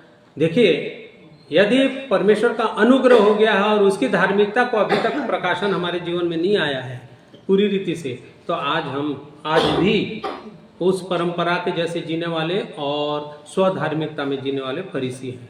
इसलिए स्वर्गीय राज्य में प्रवेश पाना नामुमकिन। तो इससे बढ़कर जो धार्मिकता है उसके विषय में थोड़ा 5-10 मिनट देखेंगे। बढ़कर जो धार्मिकता है जो हमको स्वर्ग पहुंचा सकता है, मत्ती रचित सुसमाचार 6वां अध्याय में लिखा है। 33 पद को सब जानते हैं। Matthew chapter 6:33। इसलिए पहले तुम परमेश्वर के राज्य और उसके धर्म की खोज करो, तो ये सब वस्तुएं भी तुम्हें मिल जाएंगी। ये लिखा है, सबसे पहले तुम उसके राज्य और धार्मिकता की खोज करो। खोजेगा जब तक एक मन। कब खोजना है? टाइम टू टाइम आराधना में आए तब। सबसे पहले आपके जीवन का सबसे पहले क्या करो? परमेश्वर के राज्य और धार्मिकता की खोज करो। ये बढ़कर धार्मिकता है। शास्त्रियों और फरीसियों की धार्मिकता से बढ़कर धार्मिकता में पहला पॉइंट, सबसे पहले उसकी धार्मिकता की खोज करो अपने जीवन का पहला समय। उसके बाद बोलता है, देखिए, खोजेंगे तो कैसे खोज सकते हैं? देखिए, कुछ वचनों को बताऊंगा। 5वां अध्याय वहीं पर है, मत्ती रचित सुसमाचार, मैथ्यू चैप्टर 5, उसका 6वां पद पढ़ेंगे। धन्य है वे जो धार्मिकता के भूखे और प्यासे हैं, क्योंकि वे तृप्त किए जाएंगे। ऐसे लिखा है ना, धार्मिकता, धर्म के भूखे प्यासे लिखा है, लेकिन आप इंग्लिश में पढ़ेंगे तो राइचसनेस, धार्मिकता के भूखे और प्यासे।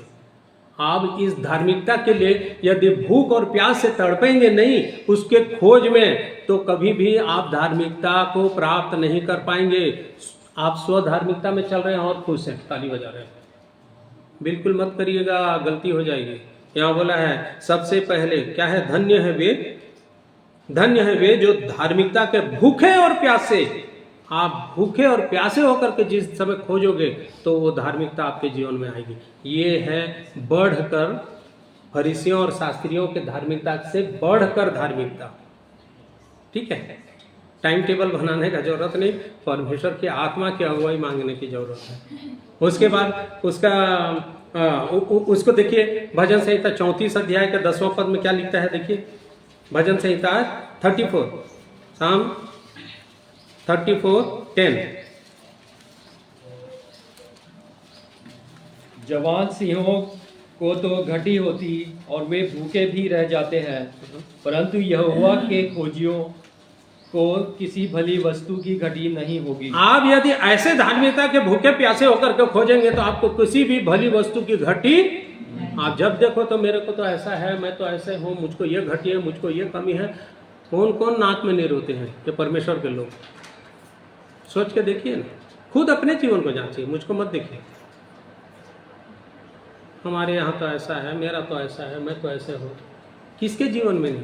यहाँ बोल रहा है जवान सिंहों को तो घटी हो जाएगी और वे भूखे भी रह जाते हैं, परंतु यहोवा के खोजियों को, उसके धार्मिकता के खोजियों को किसी अच्छी वस्तु की घटी कभी भी नहीं होगी। तो हम खोज रहे हैं, कैसे खोज रहे हैं? सोच लीजिए, क्या मैं सचमुच में ऐसे खोज रहा हूं? पर अभी भी तो घटी कमी में हूं। क्यों नहीं होना चाहिए? यदि मैं ऐसे कमी घटी में हूं, कैसे खोजी बनना है आपको? और कैसे खोजी बनना है देख लीजिए। अभी हम लोग गाना गा रहे थे 42 अध्याय 42, थोड़ी देर पहले हम लोग गीत गा रहे थे परमेश्वर के वचन से। 42 निकालिए, साम 42:1। जैसे हरणी नदी के जल के लिए हाँफती है, वैसे ही हे परमेश्वर मैं तेरे लिए हाँफता हूँ। जीवते ईश्वर, हाँ परमेश्वर का मैं प्यासा हूँ। मैं कब जाकर परमेश्वर को अपना मुंह दिखाऊंगा? तब आप अपना मुंह दिखा सकेंगे। ऐसे खोजना है। कैसे? जैसे हरिणी नदी के जल के लिए हाँफती है, हाँफते हुए खोजना है। उस विकलता के साथ खोजना है परमेश्वर की उस धार्मिकता को। सबसे पहले उसके राज्य और धार्मिकता की खोज करो। ऐसे खोजना है। ये बढ़कर धार्मिकता है। किससे बढ़कर? शास्त्रीय और फरीसियों की धार्मिकता से बढ़कर धार्मिकता है। ऐसा नहीं खोजेंगे तब तक आप उसको अपना मुंह या उसका मुंह आप नहीं देख सकते, नहीं दिखा सकते, कभी भी नहीं। वचन कर है, परमेश्वर का वचन सत्य है। इसकी एक एक बातें पूरे हुए बिना नहीं रहेंगी। साफ साफ लिखा हुआ है, याद रखिएगा।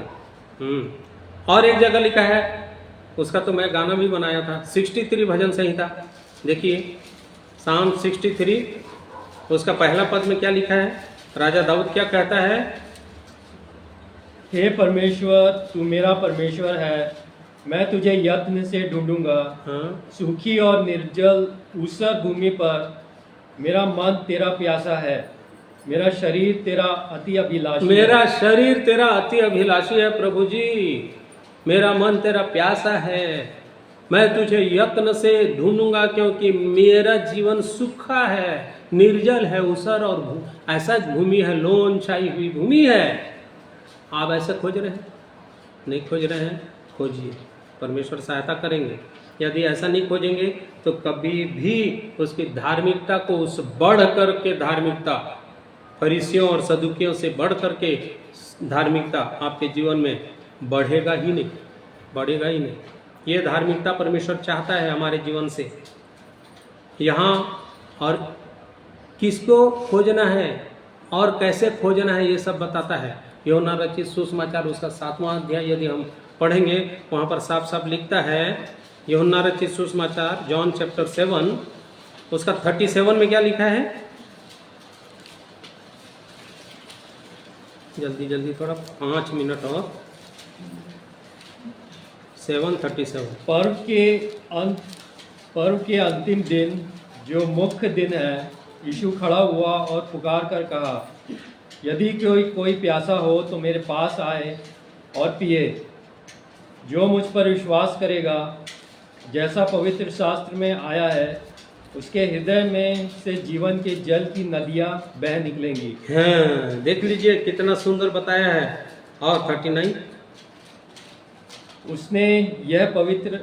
उसने यह वचन पवित्र आत्मा के विषय में कहा, जिसे उस पर विश्वास करने वाले पाने पर थे, क्योंकि आत्मा अब तक ना उतरा था, क्योंकि यीशु अब तक अपनी महिमा को ना पहुंचा था। तो यहाँ यदि कोई प्यासा हो तो मेरे पास आए और पिए। जो मुझ पर विश्वास करेगा, जैसा पवित्र शास्त्र में आया है, उसके हृदय से जीवन के जल की नदियां बह निकलेंगी। जीवन के जल की नदियां, पवित्र आत्मा का फ्लोट होने लगेगा, बहने लग जाएगा आपके जीवन में। ऐसा खोजने के लिए बोलता है। कहाँ खोजना है? प्रभु यीशु मसीह में खोजना है। उसने कहा ना, यीशु खड़ा हुआ और पुकार कर कहा, यदि कोई प्यासा हो तो किसके पास आए? आप प्रभु यीशु मसीह के पास जाइए, यत्न से ढूंढिए इसको। पवित्र आत्मा की सहायता मिलेगी आपको। धार्मिकता का जीवन आपके जीवन में, अर्थात पवित्र आत्मा का जीवन आपके जीवन में बहने लग जाएगा। आपका जीवन सूखा नहीं रहेगा। तब आप बोल सकते हैं कि फरीसियों और सदुकियों की धार्मिकता से बढ़कर धार्मिकता है। प्रभु भी बोलेगा, हाँ, यही जीवन मुझको चाहिए जो मेरे साथ रह सकता है। यही चाहता है परमेश्वर। और इसमें लास्ट जो पॉइंट है बहुत सुंदर है। और इसके बिना तो कोई भी उस धार्मिकता को पूरी रीति से संपूर्णता के साथ नहीं प्राप्त कर सकता, ऐसे लगता है। क्योंकि वचन में जो लिखा है तो लिखा है। वो मत्ती रचित सुसमाचार 5वां अध्याय को जब हम पढ़ रहे थे तो 10वां में क्या लिखा है भाई? बढ़िए 10 में। धन्य है वे जो धार्मिकता के कारण सताए जाते हैं, क्योंकि स्वर्ग का राज्य उन्हीं का है। देखिए, स्वर्ग का राज, जब तक तुम्हारी धार्मिकता फरीसियों और शास्त्रियों से बढ़कर न हो तो स्वर्ग के राज में प्रवेश नहीं कर पाओगे। और स्वर्ग के राज में मुझको और आपको, हमको प्रवेश करना है, ये आशा है। तो मेरी धार्मिकता कैसे होनी चाहिए? यहाँ 10वां पद में क्या लिखता है? धन्य है वे जो धार्मिकता के कारण क्या होते हैं? आपको और मुझको सताया जा रहा है क्या? हम सताए जा रहे हैं क्या? तो देख लीजिए, सदुकी और फरीसियों की धार्मिकता तो नहीं है हमारे जीवन में। चल रहा है भैया, बहुत शांति है, बहुत बढ़िया है। सताए नहीं जाते तक पूरी धार्मिकता तो पता ही नहीं, मुश्किल है। क्यों सताए नहीं जा रहे हैं? क्योंकि पौलुस के जैसे शाऊल, जब पौलुस बन गया तो प्रकाशन आते ही वो जा करके सभी जगह खड़े हो करके यीशु का प्रचार करने लगे। आप और मैं कर रहे हैं वो चीज़? कहीं भी नहीं कर रहे हैं। इसीलिए सताए नहीं जा रहे। बढ़िया है, मस्त है, घर के अंदर है, बढ़िया है, सब चीज़ अच्छा है। यहाँ लिखा है, धन्य है वो जो धार्मिकता के कारण क्या हो रहे हैं? तब तुमको स्वर्ग का राज मिलेगा। तब तुम स्वर्ग के राज में जा पाओगे, नहीं तो बिल्कुल भी नहीं। ये परमेश्वर का वचन में साफ साफ हमको आगाह करता है कि ऐसा ही जीवन है। तभी तुम 12वां पद को पढ़ी भाई, उसी का। तब आनंदित और मगन होना, क्योंकि तुम्हारे लिए स्वर्ग में बड़ा फल है। स्वर्ग में पहुंच भी जाओगे और बड़ा फल भी रहेगा, परंतु कब? जब सताए जाओगे और उसके बाद आनंदित और मगन रहोगे उसको सह करके। यहाँ थोड़ा सा सताव भी नहीं हुआ, या घर के कोई किसी के विषय में कुछ बोला नहीं, और घर में क्या हो जाता है? फरीसी और शास्त्री लोग जब बात कर रहे थे, पौलुस जैसे बोला कि मैं फरीसियों के वंश का हूँ और मैं तो पुनरुत्थान को मानता हूँ, वैसे फरीसियों और शास्त्रियों में क्या हो गया? झगड़ा हो गया। ऐसे घर में भी कुछ बातों को लेकर के झगड़ा हो जाता है। हम लोग भी फरीसी वाले जीवन तो नहीं जी रहे। ये धार्मिकता नहीं है। सहने, निंदा सहने, दुख उठाने के जीवन को बोलता है। जब सहोगे तो स्वर्ग में तुम्हारे लिए क्या रहेगा? फल मिलेगा। नहीं तो क्या क्या? क्षमा करना, सहनशीलता और पवित्र आत्मा की भरपूरी को प्राप्त करने वाला जीवन यदि आपके पास है तो वो फल मिलेगा। एक वचन पढ़ेंगे, लास्ट 1-2 वचन और पढ़ेंगे। मत्ती रचित सुसमाचार उसका 10वां अध्याय 16 पद पढ़िए। 10वां अध्याय 16, मैथ्यू चैप्टर 10:16। देखो मैं तुम्हें भेड़ों के समान भेड़ियों के बीच में भेजता हूँ, इसलिए सांपों के समान बुद्धिमान और कबूतरों के समान भोले बनो।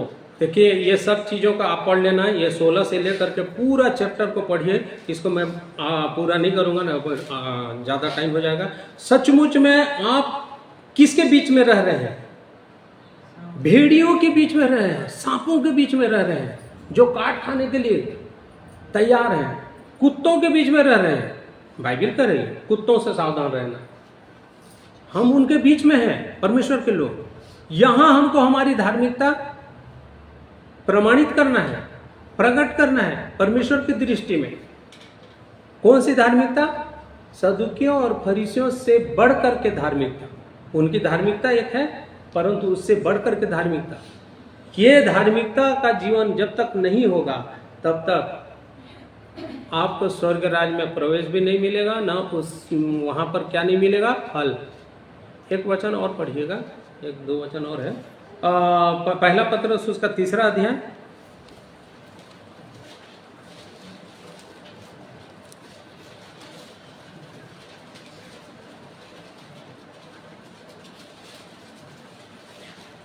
तो 14 पद में इस प्रकार लिखा है, यदि तुम धर्म के कारण दुख भी उठाओ तो धन्य हो, पर लोगों के डराने से मत डरो और ना घबराओ, पर मसीह को प्रभु जानकर अपने अपने मन में पवित्र समझो। जो कोई तुमसे तुम्हारी आशा के विषय में कुछ पूछे, उसे उत्तर देने के लिए सर्वदा तैयार रहो, पर नम्रता और भय के साथ। हाँ, ये जीवन ऐसा जीवन है, अच्छे विवेक के साथ, नम्रता और ये के साथ अपने जीवन को चेक करने की आवश्यकता है। चाल चलन व्यवहार को डरना नहीं बोलता है। धर्म के कारण दुख उठाते हो तो धन्य हो, और लोगों के डराने से मत डरो। परमेश्वर चाहता है, ये हमारी धार्मिकता को प्रमाणित करेगा। सचमुच में हम धर्मी जीवन जी रहे हैं। और उसके बाद कहता है इफिसी 4 अध्याय उसका 23 पद पढ़िए। इफिसी 4 अध्याय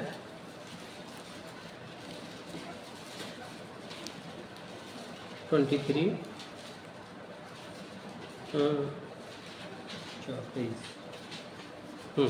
और अपने मन के आत्मिक स्वभाव में नए बनते जाओ और नए मनुष्यत्व को पहन लो, जो परमेश्वर के अनुरूप सत्य की धार्मिकता और पवित्रता में सृजा गया है। ये सत्य की धार्मिकता और पवित्रता में सृजा।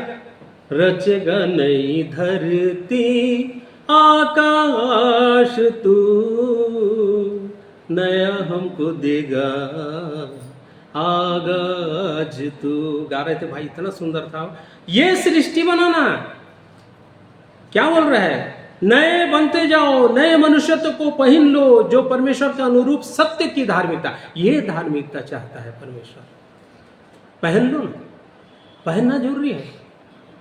शास्त्री लोग पहनते थे, लेकिन अपने कोरों को, अपने कपड़े के कोरों को क्या करते थे? बड़ा बड़ा करते थे, ताबीजों को चौड़ा करते थे। ऐसा मत करिए, इज्जत पाने के लिए नहीं, परंतु नई सृष्टि बन करके नया मन और नया हृदय, ये सच्ची धार्मिकता, बढ़ करके धार्मिकता, ये आपकी और मेरी होनी चाहिए। और उसके बाद एक आखिरी वचन पढ़ेंगे, उसका 5वां अध्याय, उसका 8 और 9 पद को पढ़िए। उसके बाद भाई चौहान एक प्रभु की महिमा के लिए गीत गाएंगे। इफिसियों 5वां अध्याय, उसका 8वां और 9वां पद। क्योंकि तुम तो पहले अंधकार थे, परंतु अब प्रभु में ज्योति हो, अतः ज्योति की संतान के समान चलो, क्योंकि ज्योति का फल सब प्रकार की भलाई और धार्मिकता और सत्य है। यही है, आप ज्योति हो गए हो। यदि आपकी धार्मिकता प्रमाणित हो रही है, कब प्रमाणित हो जाएगी? अब अगर आपका जीवन बदल गया है, मन बदल गया, सत्यता की धार्मिकता आपके जीवन में उत्पन्न हो गया है, रचे जा चुके हो, तो यहाँ कहता है आप तुम ज्योति हो। अंधकार में थे, अंधकार से तुम्हें छोड़ा लिया गया है, अब उस ज्योति को प्रकाशित करो। ये धार्मिकता जब तक हमारे जीवन में नहीं होगी, ये पूरा स्टेप बाय स्टेप, तब तक हम परमेश्वर के राज्य में प्रवेश नहीं कर पाएंगे। परमेश्वर हम सबको आशीषित करें। आइए वो गीत को सुनेंगे।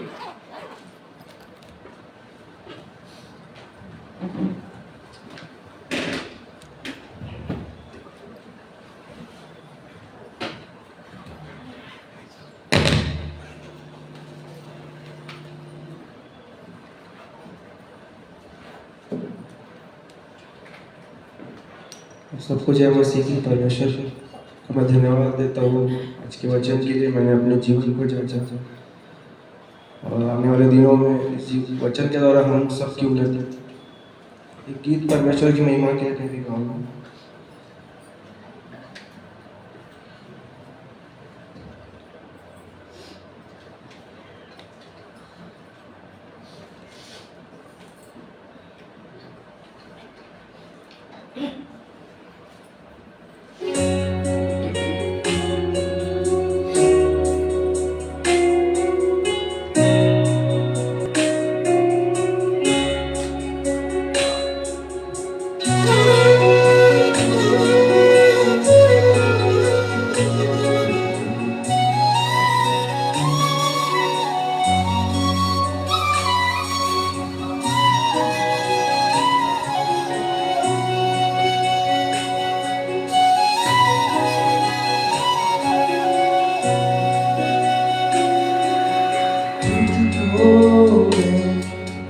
देता हूँ पूरे दिल से अर्पण करता हूँ, कुम्हार के हाथों बर्तन समा मुझको बना दे तू मेरे प्रभु।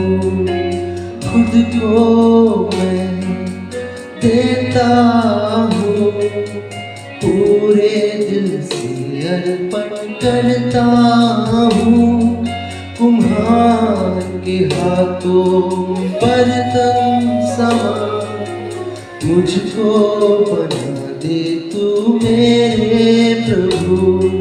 मैं थक ना जाऊं प्रभु इस जिंदगी में कभी, जब तक ये जान है प्रभु संग तेरे रहना है। मैं थक ना जाऊं प्रभु इस जिंदगी में कभी, जब तक ये जान है प्रभु संग तेरे रहना है।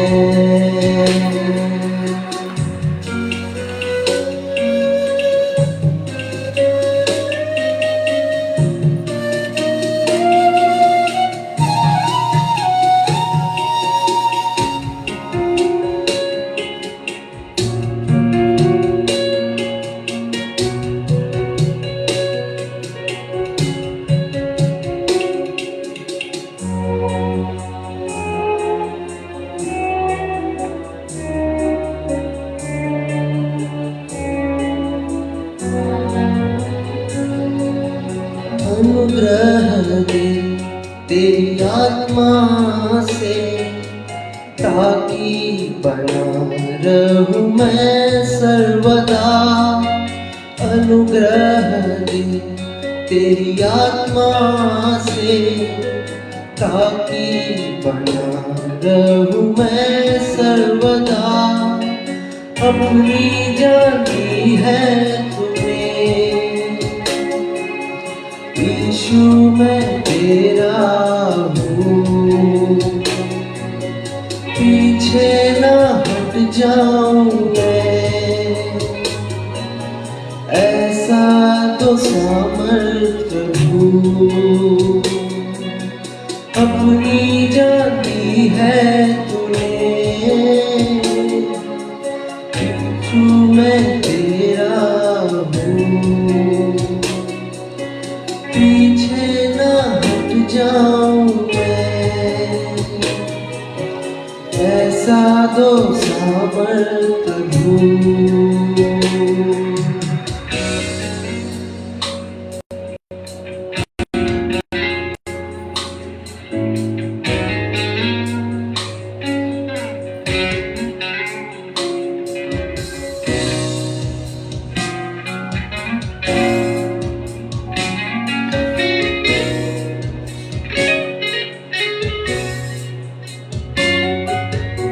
उद्धार की घोषणा करने सामर्थ्य मुझको तू भर दे प्रभु।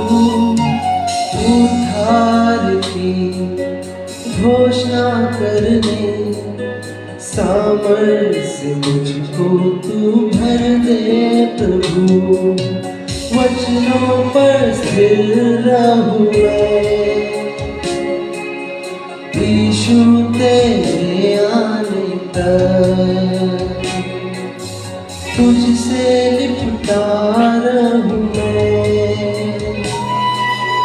यीशु तू काफी मुझे, वचनों पर स्थिर रहूं मैं। यीशु तेरे आने तक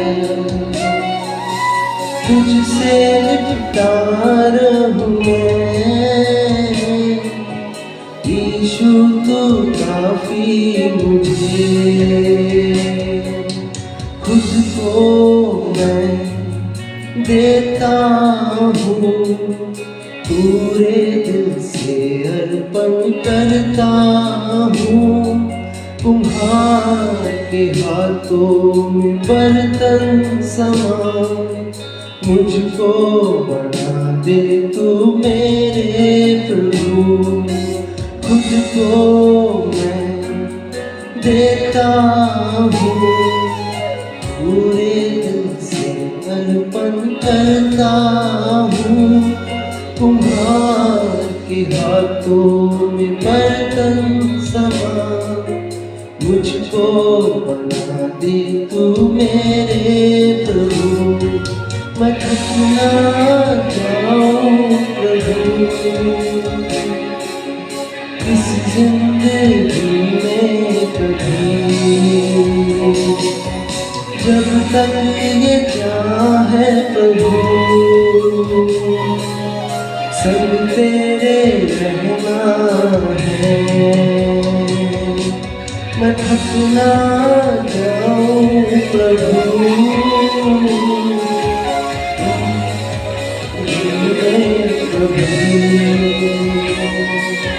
जब तक ये चाहे प्रभु सब तेरे रहना है।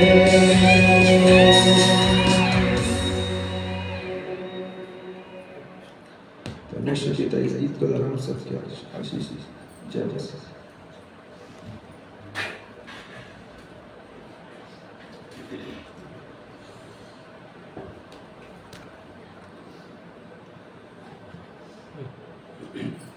धन्यवाद परमेश्वर पिता का और भाई का भी धन्यवाद सुंदर गीत के लिए।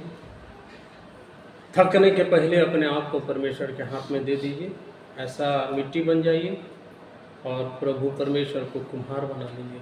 वो बनाएगा सुंदर पात्र आपको और मुझको। और परमेश्वर चाहता है कि हम पूरी रीति से सुंदर एक धर्मी पात्र बन करके इस जगत में ज्योति के समान चले। धन्यवाद प्रभु परमेश्वर पिता का, पवित्र आत्मा का, जो सहायता किया, आज वचन के द्वारा से हम सबको आशीषित किया।